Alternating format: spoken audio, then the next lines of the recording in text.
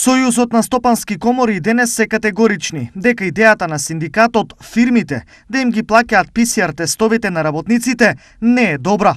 Оттаму сметаат дека ќе има гаснење на фирми и нови невработени на улица. Во услови на инфлација, раст на цените на сите суровини и репроматеријали, стотици парафискални давачки, даноци и слично, наметнувањето на нов трошок за ПСР тестовите на фирмите само ќе им ја докомплицира и така тешката ситуација.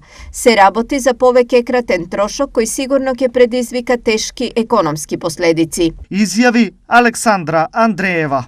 Од друга страна, својата одлучност работниците да ги заштитат од големите трошоци од синдикатот ја потврдија и денес. Ние и во нашите определби кои што ги дадовме и ставови од председателството на ССМ стоиме на ставот се уште да работниците не ги плаќаат тестовите, него дали тоа ќе биде натовар на работодавачите или ќе биде натовар на одредени министерства или Министерството за здравство, нас во секој случај ние да работниците не ги плаќаат тестовите. Ова засега крајно неизвестна пат ситуација најверојатно ќе биде разрешена со наредната владина седница, на која треба да се бира помеѓу помалку добра и помалку лоша одлука.